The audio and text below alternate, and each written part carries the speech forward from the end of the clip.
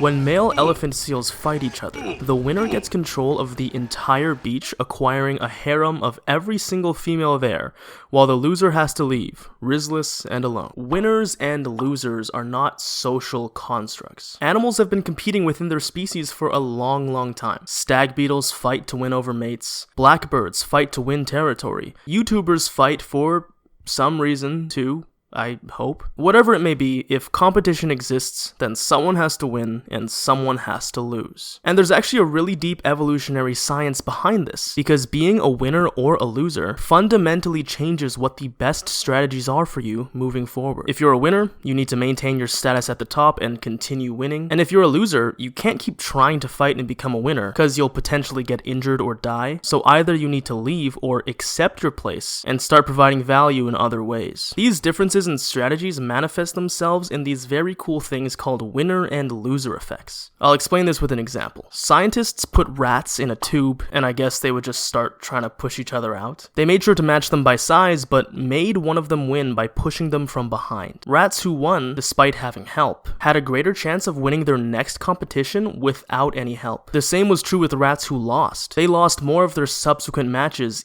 even though the first loss wasn't fair. This has been replicated a million times in a million different animals, and ubiquitously across the animal kingdom. Winners of a conflict have a higher chance of winning their next conflict, and losers of a conflict have a higher chance of losing their next one. Like seriously, it seems in almost every animal, prior results have a direct correlation on the result of a future encounter. Some believe it to be a psychological thing, like a manifestation of increased or decreased confidence after winning or losing that affects fighting ability. And this is probably true, since scientists did find a part of the prefrontal cortex which is more active in winner mice than loser mice. They went on to find that suppressing this area in winners could convert them into losers, and exciting them in losers could convert them into winners. Some also think that competition allows an individual to assess their fighting ability, so winners can fight more confidently knowing that they've won a match before, and losers will be a lot less confident knowing that they just lost. This can be seen in crayfish, where winners often socially harass losers, and losers start exhibiting anxiety-like behavior, which amazingly was found to be cured by human anxiety medication. So I guess crayfish are more relatable than I thought. In a separate study, scientists were able to motivate crayfish to continue fighting when they normally wouldn't by injecting serotonin into them. So I guess crayfish just have a really similar brain chemistry to us. Guess that's why they call them crayfish,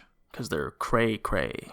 Ignoring what I just said, what's fascinating is that there are probably physical changes from winning and losing as well. Some research proposes that competition winners emit a physical trace, like an odor that deters opponents. Other research suggests that testosterone, which is elevated during competition, is further elevated after victory, and testosterone promotes increased aggression and muscle growth. And this would also make sense why losers tend to become more docile and submissive if their testosterone levels went down after their loss. So it makes sense evolutionarily why winners want to keep winning, but why would losers have mechanisms that make them continue to lose? Shouldn't it be more beneficial for them to try and win? Well, no, because if you keep trying to win, you'll probably be beat to death by the winners, which is not good in evolution, so you might want to stay safe and fall in line, which it turns out anxiety and submissive attitudes are really good for falling in line. This helps to maintain dominance hierarchies, which are social power structures, with differences in status that convert to differences in available resources and mates. In a lot of animals, the strongest one is at the top of the dominance hierarchy, and others below. So the alpha silverback gorilla, for example, is gonna get more food and more boob than the other males because he's the silverback. Winning crayfish have also been found to just mate more than losing crayfish, and when you place mice into a cold box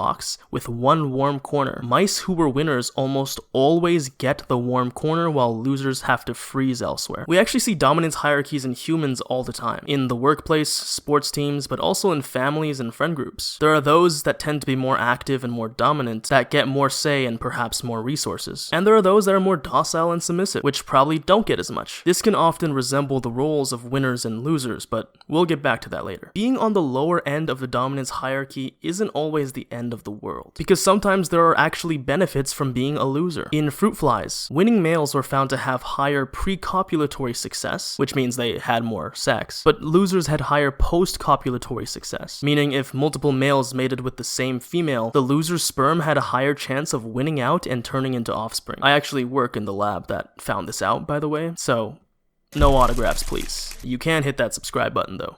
That's free. Additionally, in a study on mosquito fish, females were found to prefer to spend more time with losers due to their reduced threat of harassment, which actually allowed them to have more copulation attempts than winners in the end. So nice guys don't finish last in mosquito fish.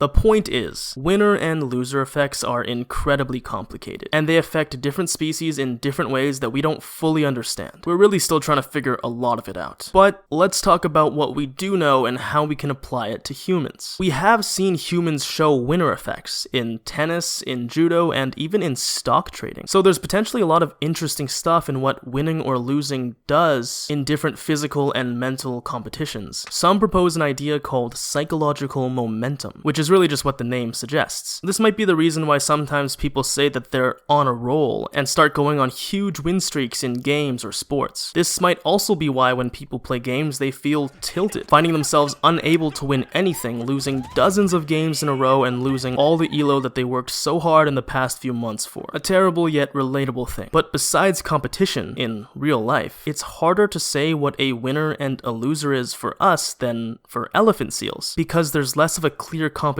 with direct benefits. I guess there are people that resemble winners and people that resemble losers, but it's hard to say. We do see clear dominance hierarchies in humans though, so maybe the effects of winning and losing might be more foundational than we think. We just have to figure out what it actually means. But like, how do you know you didn't lose as a baby one time to another baby over a building block at the daycare, and that snowballed into more and more consecutive losses, where you're now a loser in your adult life? Luckily, it's probably not that simple, but that would be crazy though. There are various things that could be considered a win or a loss in humans, and people can be winners in some things and losers in other regards. It's probably not so black and white either. There's probably a spectrum between winning or losing that determines how much the result affects you. I made a video how most things in science are spectrums, which you can watch somewhere up there. But regardless, despite winner and loser effects being such a pertinent and understood concept in animal behavior, there is a lot that we don't know about it, so it would be smart to not draw too many conclusions. Still, let me know if you have any ideas. So, if you want to be a winner, then like this video and subscribe. You don't have to. If you want to be a loser, that is. I'm just kidding, of course. You don't have to subscribe if you don't want to. Because again, there's nothing evolutionarily wrong with being a loser. So if that's your choice, then. But okay. Bye.